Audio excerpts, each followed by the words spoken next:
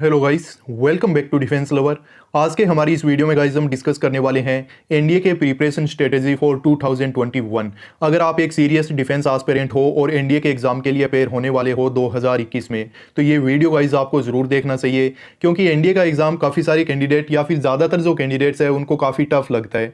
Tough लगने का पीछे का रीज़न गाइस यही है कि उन्हें अच्छे से प्रॉपर गाइडेंस नहीं मिलती कि इसका सिलेबस क्या है, उसको आप कैसे कवर कर सकते हो, कितना आपको स्टडी करना चाहिए। हर कैंडिडेट जो अपनी प्रिपरेशन है वो एग्जाम से 2 से 3 महीने पहले स्टार्ट करता है, बट गाइज एनडीए का जो सिलेबस है वो काफ़ी लंबा भी है, एग्जाम काफ़ी ट्रिकी भी होता है। तो 2 से 3 महीने का जो इसके लिए स्टडी है वो इनफ नहीं है। एटलीस्ट आपको 6 to 7 मंथ है वो इसके लिए डेडिकेटेड स्टडी है वो करना ही होगा, अगर आप यूपीएससी एनडीए का एग्जाम क्लियर करना चाहते हो। तो इस वीडियो में गाइज हम सिलेबस को डिस्कस करेंगे, उस सिलेबस को आप कैसे कवर कर सकते हो। तो उसके लिए आपको बुक लिस्ट प्रोवाइड किया जाएगा, प्लस पीडीएफ फॉर्म में हर एक बुक को आप डाउनलोड कर सकते हो। और वो डाउनलोड आपको करना है, इस वीडियो के डिस्क्रिप्शन बॉक्स में गाइज मैंने टेलीग्राम लिंक जो हमारा है उसका लिंक दे रखा है, तो वहां पे वो सारी बुकें आपको प्रोवाइड कर दी जाएगी।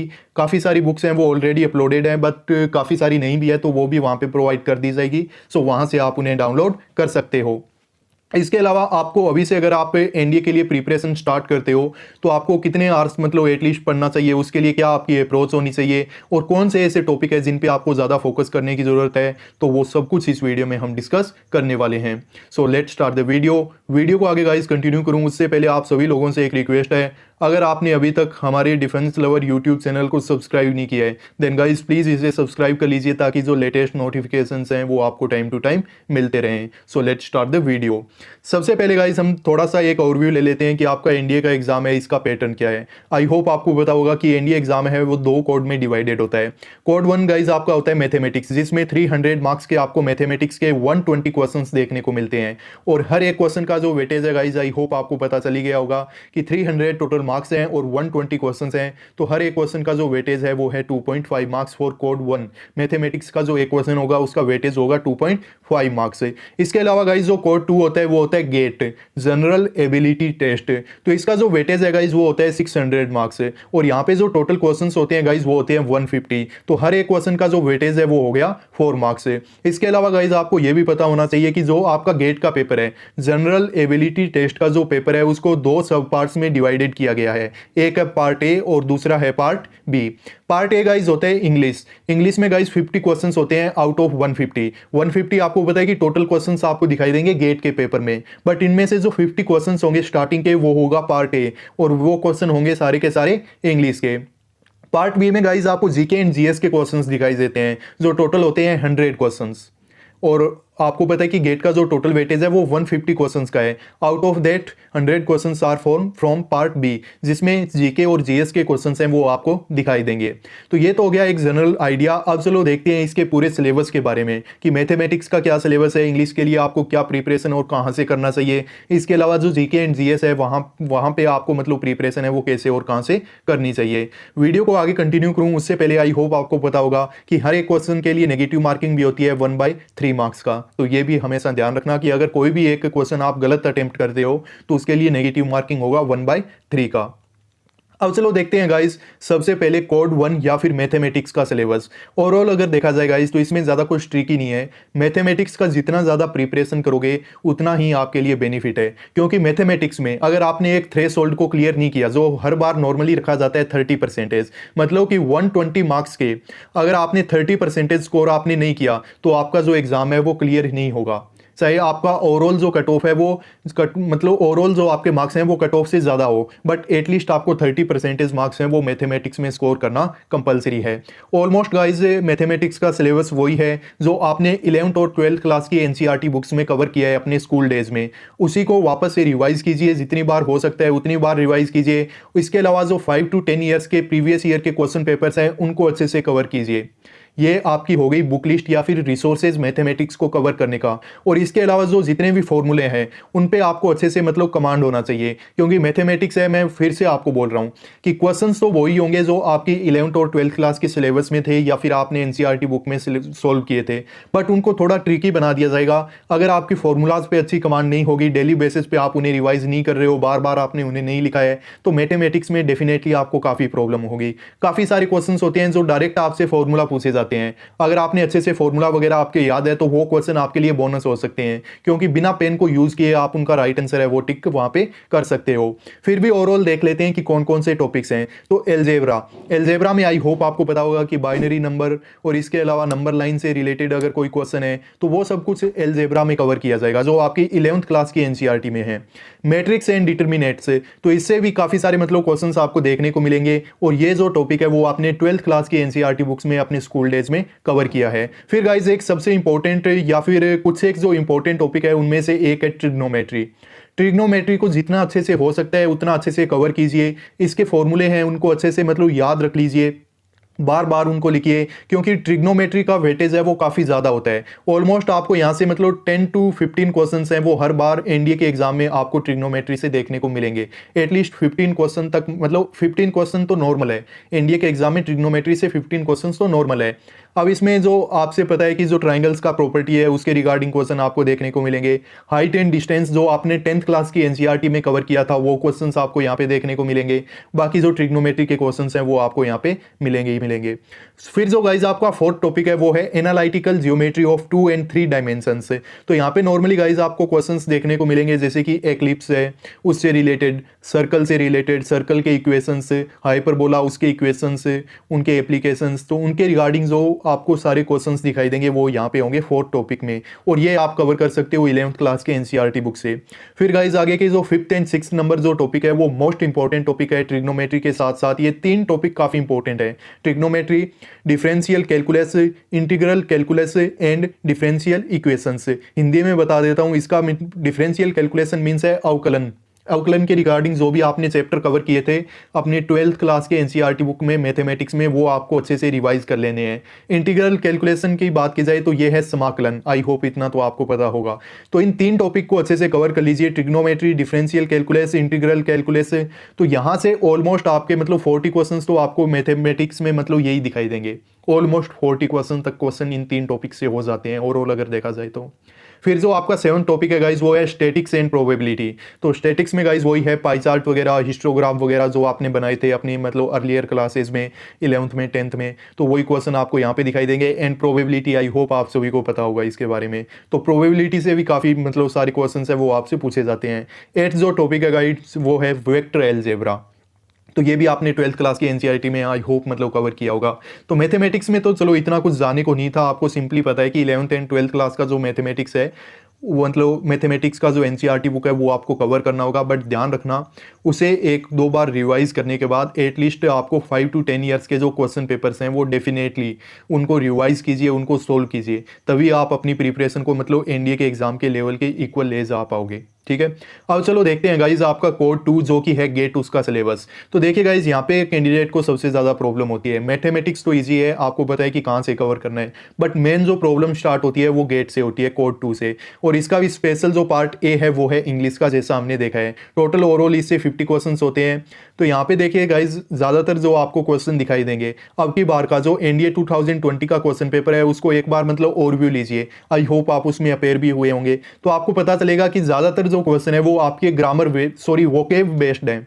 अगर टोटल 50 क्वेश्चन थे तो उनमें से ऑलमोस्ट 25 to 30 क्वेश्चन हैं वो आपके वोकेब पे बेस्ड हैं। सिनोनिम्स पूछे जा रहे हैं, एंटोनिम्स पूछे जा रहे हैं, कोई क्वेश्चन मतलब प्रीपोजिशन से आ गया, तो ये मतलब ग्रामर के रूल और वोकेब पे मतलब काफ़ी सारे क्वेश्चन हैं आपको दिखाई देंगे। तो फर्स्ट ऑफ ऑल देखिए गाइज इंग्लिश में जो आपका सिलेबस है वो है वोकेबलरी, और वोकेबलरी है गाइज उसे आप एक दिन में प्रिपेयर नहीं कर सकते। उसे कैसे प्रिपेयर करना है इस वीडियो में आगे आपको बताया जाएगा। तो वोकेबलरी में मेनली एंटोनिम्स, सिनोनिम्स या फिर वन वर्ड, ये 3 टॉपिक है जिनसे ज़्यादातर क्वेश्चन आपको दिखाई देंगे। उसके बाद फिर गाइज सेकंड नंबर जो टॉपिक है वो है सब्जेक्ट वर्ब एग्रीमेंट रूल। तो इससे भी काफ़ी सारे क्वेश्चंस होते हैं। कोई भी मतलब सेंटेंस में आपको जो एरर फाइंड करने को बोला जाता है तो वो सब्जेक्ट वर्ब एग्रीमेंट पे ही बेस्ड होते हैं। सब्जेक्ट वर्ब एग्रीमेंट में गाइस कुछ एक इंपॉर्टेंट रूल्स होते हैं जो आपके नाउन और प्रोनाउन उन सब टॉपिक से रिलेटेड होते हैं। तो आप इस टॉपिक को भी अच्छे से कवर करना है आपको, सब्जेक्ट वर्ब एग्रीमेंट रूल। फिर है गाइस प्रीपोजिशन। अब की बार देख सकते हो कि आप स्टार्टिंग के जो 10 क्वेश्चंस हैं एनडीए के एग्जाम में वो प्रीपोजिशन पर बेस्ड थे। 10 क्वेश्चन प्रीपोजिशन के ओनली। तो प्रीपोजिशन पे भी आपका कमांड है वो अच्छा होना चाहिए। फिर इसके अलावा जो एरर वगैरह फाइंड करने को बोला जाता है तो उसमें काफ़ी सारे क्वेश्चन आपको 10 से भी दिखाई दे सकते हैं। क्वेश्चन टैग से भी नॉर्मली क्वेश्चन आपसे एनडीए के एग्जाम में पूछे जाते हैं। आर्टिकल से भी क्वेश्चन आपसे पूछे जाते हैं। और इसके अलावा रीअरेंजमेंट ऑफ सेंटेंस, आपको पता होगा कि मतलब जम्बल्ड एक सेंटेंस दिया जाएगा और उसे रीअरेंज करने को आपको कहा जाएगा। तो ये है आपका पूरे का पूरा इंग्लिश का सिलेबस। अगर आप इन टॉपिक्स को अच्छे से कवर कर लेते हो तो इंग्लिश का पोर्शन है वो स्मूथली काफ़ी इजीली आपका पूरा का पूरा क्लियर हो जाएगा। अब देखिए गाइस, जैसा मैंने आपको बोला है कि जो इंग्लिश का पूरा पोर्शन है उसमें जो सबसे इंपॉर्टेंट फैक्टर है वो है आपका वोकेबलरी अगर गाइस आपका अच्छा नहीं है तो उसे 1 से 2 दिन में प्रिपेयर नहीं किया जा सकता। उसको प्रिपेयर करने में एटलीस्ट 4 to 5 मंथ का टाइम लगेगा। आपको प्रिपेयर कैसे करना है, डेली जो इंग्लिश न्यूज़पेपर है उसको रीड कीजिए। 2 बेनिफिट आपको गाइस यहाँ से मिलेंगे। एक तो आपका over the period of time जो वोकेब है वो काफ़ी स्ट्रॉन्ग हो जाएगा। एक ही वर्ड के मतलब काफ़ी सारे इंटोनियम्स और सिनोनिम्स आपको पता चलेंगे। उसके अलावा जो आपका करंट अफेयर है वो भी कवर हो जाएगा, क्योंकि गेट के पेपर में आपको पता है कि 10% जो क्वेश्चन का वेटेज है वो करंट अफेयर का भी है, तो वो भी आपको यहाँ से मतलब पता चल जाएगा। इसके अलावा गाइस कोई भी जो एक बेसिक ग्रामर रूल, जो ग्रामर की कोई भी एक बेसिक बुक है उसको फॉलो कीजिए। जितना ज़्यादा बेसिक उसमें दिया गया है उस बुक को फॉलो कीजिए, क्योंकि आपके एनडीए के एग्जाम में जो इंग्लिश पूछा जाता है वो बिल्कुल बेसिक ही होता है। तो उसमें मतलब आपको ज़्यादा उलझने की ज़रूरत नहीं है। और इसके लिए गाइस बुक मैं आपको वैसे प्रोवाइड कर भी चुका हूँ। टेलीग्राम जो हमारा चैनल है जिसका लिंक आपको वीडियो के डिस्क्रिप्शन बॉक्स में मिल जाएगा, सो वहाँ पर मैं ऑलरेडी इंग्लिश के 2 बुक है वो अपलोड कर चुका हूँ आप लोगों के लिए। तो आप उन्हें डाउनलोड कर सकते हो और अपना जो ग्रामर है वो वहाँ से कवर करना स्टार्ट कर सकते हो। इसके अलावा गाइस इंग्लिश के लिए एक जो सबसे इंपॉर्टेंट आपको फंडा मैं बता देता हूं कि प्रीवियस 10 ईयर के जो क्वेश्चन पेपर्स हैं उनको अच्छे से सोल्व कर लीजिए इंग्लिश के लिए। इंग्लिश का वोकेब भी आपका वहां से प्रिपेयर हो जाएगा, काफ़ी सारे रूल्स भी आपको पता चल जाएंगे। ओवरऑल मतलब काफ़ी ज़्यादा आपकी प्रिपरेशन है वो लास्ट 10 सालों के जो आपके क्वेश्चन पेपर्स हैं उनको मतलब सोल्व करके भी आप अपनी प्रिपरेशन है उसे बूस्ट कर सकते हो इंग्लिश के लिए, क्योंकि एटलीस्ट पासिंग मार्क्स तो इतना करने से आपके आ ही जाएंगे। ज़्यादा प्रॉब्लम है वो आपको यहाँ पे नहीं होना चाहिए। मेन जो प्रॉब्लम होता है गाइज वो जीके एंड जीएस में होता है। काफ़ी बड़ा एक वास्ट सिलेबस है। 12th क्लास के बाद कैंडिडेट को पता चलता है एनडीए के एग्ज़ाम के बारे में, फिर उसको पता चलता है कि एनडीए के एग्ज़ाम में तो फिजिक्स के भी मतलब क्वेश्चन होते हैं, केमिस्ट्री के भी क्वेश्चन होते हैं, बायोलॉजी के भी क्वेश्चन होते हैं, हिस्ट्री के भी क्वेश्चन होते हैं, पोल साइंस के भी क्वेश्चन होते हैं, जियोग्राफी के भी क्वेश्चन होते हैं, करंट अफेयर के भी क्वेश्चन होते हैं। गेट में आपको पता है कि टोटल 150 क्वेश्चन थे, 50 क्वेश्चन उनमें से इंग्लिश के थे। अब जो बचे हुए 100 क्वेश्चन है तो उसमें ये 4-5 सब्जेक्ट है वो आपसे मतलब पूछे जाएंगे। मेन जो प्रिपरेशन है गाइस इन सब्जेक्ट पे कैसे फोकस किया जाए, यहाँ पे कैसे अच्छा स्कोर किया जाए। सबसे पहले देखिए गाइस जो जीके एंड जीएस का जो कोड 2 में जीके एंड जीएस का जो पार्ट है उसके लिए आपको पता है कि 100 क्वेश्चंस हैं। तो इसको मतलब एनडीए ने अपनी ऑफिशियल वेबसाइट में मतलब ये डिवाइड करके रखा है उसे 4 से 5 पार्ट में। तो ये कितने पार्ट आपको दिखाई दे रहे हैं, 6 पार्ट में इसे डिवाइड किया गया है। और इसका जो डिवीजन ए है गाइज उसका जो वेटेज है वो है 25%, मतलब कि 25 क्वेश्चन आउट ऑफ 100 आपको देखने को मिलेंगे फिजिक्स से। फिजिक्स को गाइज आप कैसे कवर कर सकते हो, 9th और 10th क्लास का जो एनसीईआरटी बुक में जो फिजिक्स के चैप्टर आपको दिए गए हैं उन चैप्टर को आप कवर कर लीजिए। अगर आप साइंस बैकग्राउंड से नहीं हो तो, अगर आप आर्ट्स स्टूडेंट हो तो मैं आपको सजेस्ट करूंगा कि 9th और 10th क्लास का एनसीईआरटी बुक है उसे कवर कर लीजिए। मोस्ट ऑफ क्वेश्चन गाइज आपको वहीं से दिखाई देंगे। देन उसके बाद अगर आप एक मतलब साइंस स्टूडेंट हो, आपके पास फिजिक्स से आपका सब्जेक्ट था 12th क्लास में, तो आपके लिए ऑप्शनल है 9th और 10th क्लास का एनसीईआरटी कवर करने के बाद, फिजिक्स के चैप्टर यहाँ से कवर करने के बाद आप अपना जो 11th और 12th क्लास के एनसीईआरटी बुक्स हैं उनको भी एक बार रिवाइज कर सकते हो, क्योंकि इन 25 क्वेश्चन में से लगभग 18+ क्वेश्चंस या फिर मतलब ऑलमोस्ट 20 क्वेश्चंस हैं वो 9th और 10th क्लास की एनसीईआरटी को कवर करके भी आप सोल्व कर सकते हो। काफ़ी कम वेटेज है जो आपकी 11th और 12th क्लास की एनसीईआरटी से पूछा जाएगा। मतलब ऑलमोस्ट, फिर भी मैं एक आइडिया अगर आपको देना चाहूँ तो ऑलमोस्ट 15 क्वेश्चंस हैं वो आपको 9th और 10th की मतलब एनसीईआरटी से मिलेंगे, और इससे ज़्यादा ही होते हैं, बट मैं एटलीस्ट आपको बता रहा हूँ। और बाकी बचे हुए जो 10 क्वेश्चन होते हैं गाइज वो आपके होते हैं 11th और 12th क्लास की एनसीईआरटी से, तो आप एक बार उन्हें भी रिवाइज कर सकते हो। फिजिक्स का पोर्सन काफ़ी ईजी होता है, इसमें कोई मतलब टिपिकल क्वेश्चंस हैं वो आपसे नहीं पूछे जाते, न्यूमेरिकल्स आपको नहीं पूछे जाते, सिंपल कॉन्सेप्ट्स पे आपसे क्वेश्चन है वो पूछे जाते हैं। ये सब कुछ करने के बाद जो लुसेंट का एक जीके बुक होता है उसमें गाइज आपको पता होगा कि फिजिक्स के कुछ एक कॉन्सेप्ट दिए होते हैं या फिर फिजिक्स के चैप्टर्स दिए होते हैं, तो उन चैप्टर को फिर आप मतलब वहाँ से अपना रिविजन कर सकते हो till the time of exam. मतलब जब तक आपका एग्जाम नहीं हो जाता तब तक आप वहाँ से रिविजन है वो इसके लिए कर सकते हो लुसेंट जीके की बुक से। बट फर्स्ट ऑफ ऑल आपको कैसे कवर करना है वो मैंने आपको बता दिया। जो गाइज आपका पार्ट बी है तो उसका जो वेटेज है वो है 15 क्वेश्चंस का, और ये क्वेश्चन होते हैं केमिस्ट्री के सारे क्वेश्चंस हैं वो 9th और 10th क्लास की एनसीईआरटी बुक से पूछे जाते हैं। एक भी क्वेश्चन ऐसा नहीं है जो 11th या 12th से आए। अगर 9th और 10th क्लास की एनसीईआरटी जो बुक्स है, साइंस की बुक है, उसमें ऑलमोस्ट आपको मैं बताना चाहूँगा कि 5 चैप्टर तो हैं 10th क्लास की बुक में, और 4 चैप्टर आपको दिखाई देंगे 9th क्लास की एनसीईआरटी बुक में। तो ये 9 चैप्टर अगर आप अच्छे से कवर कर लेते हो तो ये 15 क्वेश्चन आपके डेफिनेटली यहाँ से मतलब सही हो जाएंगे। इसके अलावा इसमें जो ज़्यादातर क्वेश्चन होते हैं, हर बार आपको पता है कि एटम के रिगार्डिंग यहाँ से क्वेश्चन पूछे जाते हैं। इलेक्ट्रॉन की खोज किसने की, अब की बार पूछा गया था कि न्यूट्रॉन की खोज किसने की, और इसके अलावा प्रोटॉन, इलेक्ट्रॉन, न्यूट्रॉन, इनसे काफ़ी सारे क्वेश्चन होते हैं जो सारे के सारे क्वेश्चन आप कवर कर सकते हो 9th क्लास की एनसीईआरटी बुक में। ठीक है, तो काफ़ी मतलब इजी है, आप उन्हें अच्छे से स्टडी कर सकते हो। सी नंबर जो पोर्शन है गाइज उससे 10 क्वेश्चन होते हैं, और उसमें जो क्वेश्चन होते हैं वो बायोलॉजी के होते हैं। एंड गाइज मैं आपको यही सजेस्ट करूंगा कि ओनली जो आपका 9th क्लास का एनसीईआरटी बुक है उसका chapter number 5th and 6th है उसे कवर कीजिए। बाकी आपको कुछ भी स्टडी करने के लिए ज़रूरत नहीं है बायोलॉजी के लिए, क्योंकि 10 क्वेश्चन है, और इसके लिए मतलब ये तो मूर्खता होगी कि हम पूरी की पूरी कोई बुक को रट्टा मार दें। ठीक है, ऐसा बिल्कुल मत करना। 9th क्लास की एनसीईआरटी के 2 चैप्टर मैं आपको सजेस्ट करूंगा, 5th एंड 6th चैप्टर। एक का नाम है सेल एंड 6 का नाम है टिश्यूज। तो ज्यादातर जो क्वेश्चन होंगे मतलब यहाँ से out of these 10 question 3 to 4 question हैं वो आपको इन 2 चैप्टर से दिखाई देंगे। तो फिर और क्या चाहिए आपको, मतलब यहाँ से मार्क्स हैं वो मिल जाएंगे ओनली 2 चैप्टर को कवर करके। फिर गाइज जो डी नंबर पोर्शन है उसमें ऑलमोस्ट 20 क्वेश्चंस होते हैं, और मेनली जो क्वेश्चंस होते हैं गाइज वो होते हैं हिस्ट्री के। और हिस्ट्री में क्या होता है, फ्रीडम मूवमेंट, जो इंडिया का फ्रीडम मूवमेंट है वो आपसे पूछा जाएगा, प्लस पोल साइंस के क्वेश्चंस आपको यहाँ पे दिखाई देंगे। इन 20 क्वेश्चन में हिस्ट्री के भी क्वेश्चन होंगे और पोल साइंस के भी क्वेश्चन होंगे। बट गाइज यहाँ पे मैं आपको सजेस्ट करूंगा, हिस्ट्री के लिए मैं वैसे कोई एनसीईआरटी बुक आपको सजेस्ट नहीं कर सकता, क्योंकि कोई एनसीईआरटी बुक है जो मैंने काफ़ी सारी एनसीईआरटी बुक वगैरह देखी है, बट कोई अच्छा सजेशन मेरे पास नहीं था। तो इसलिए जस्ट मैं आपको सजेस्ट करूंगा कि आप ल्यूसेंट जीके का जो बुक है उसमें से जो इंडिया का फ्रीडम मूवमेंट है ओनली उसे कवर कीजिए। पूरे का पूरा जो हिस्ट्री है वो आपको कवर करने की ज़रूरत नहीं है, आप ओनली जो इंडिया का फ्रीडम मूवमेंट है उसे कवर कर लीजिए। मतलब जो इंडिया का जो मॉडर्न इंडिया है उसका हिस्ट्री कवर कीजिए। 1757 टू 1947 तक इंडिया का ये जो मतलब पीरियड है, या फिर अभी तक जो पीरियड चल रहा है 1757 टू टिल नाउ, ये है मॉडर्न इंडियन हिस्ट्री। तो आपको ये कवर करना चाहिए ल्यूसेंट की उस बुक से। तो मतलब जस्ट 5 to 7 पेजेस में ये कवर किया जा सकता है। एंड पोल साइंस को गाइज मैं यही सजेस्ट करूंगा कि अगर आपकी इस पर अच्छी कमांड नहीं है तो आप इसको छोड़ सकते हो। अगर आप एक आर्ट्स स्टूडेंट हो तो पोल साइंस में आपको डेफिनेटली कोई प्रॉब्लम नहीं होगा, आपकी कमांड इस पर अच्छी डेफिनेटली होगी। ठीक है, तो ल्यूसेंट जीके बुक से आप मॉडर्न जो इंडियन हिस्ट्री है ओनली उसे कवर कर लीजिए, बाकी को जाने दीजिए। हमें मतलब फुल मार्क्स नहीं लेके आने, मतलब काफ़ी अच्छा स्कोर हो जाए उतना हमें प्रिपेयर करना है। अब जो सबसे इंपॉर्टेंट एक और पोर्शन है, फिजिक्स के बाद सबसे इंपॉर्टेंट जो पोर्शन सेकंड नंबर पे जो पोर्शन है वो है गाइस जियोग्राफी का, और इसमें ऑलमोस्ट मैं आपको बताना चाहूँगा कि 20 क्वेश्चंस आप लोगों से पूछे जाते हैं। तो इसके लिए गाइस आपको सजेशन ये है कि ल्यूसेंट जीके का जो बुक है उसमें आपको जियोग्राफी का जो पोर्शन दिया गया है उस पूरे पोर्शन को कवर कर लीजिए। अब की बार का जो पेपर है उसमें मैंने क्वेश्चंस देखे हैं, और इस जियोग्राफी का ये जो बुक है ल्यूसेंट का, इससे मैंने क्वेश्चंस को मैच किया है, जो टॉपिक्स हैं उनको मैच किया है। सारे के सारे टॉपिक मतलब आपके कवर हो जाएंगे अगर आप जियोग्राफी को कवर कर लेते हो ल्यूसेंट जीके के बुक से। वहाँ से कवर कीजिए, ऑलमोस्ट आपका जो जियोग्राफी का पोर्शन है वो पूरा कवर हो जाएगा।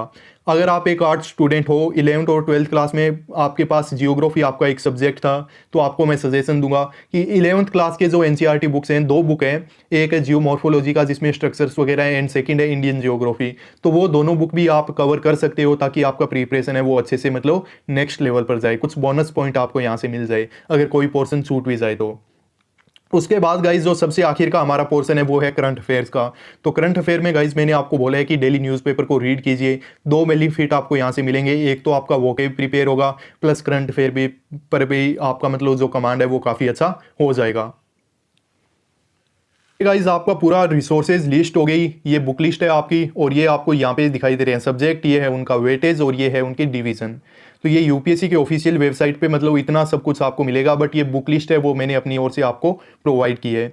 यहाँ पे जो भी बुक्स गाइज मैंने मेंशन की है वो सब बुक आपको टेलीग्राम चैनल पे मतलब प्रोवाइड कर दी जाएगी। अगर आप चाहो तो वहाँ से डाउनलोड कर सकते हो उसे ज्वाइन करके।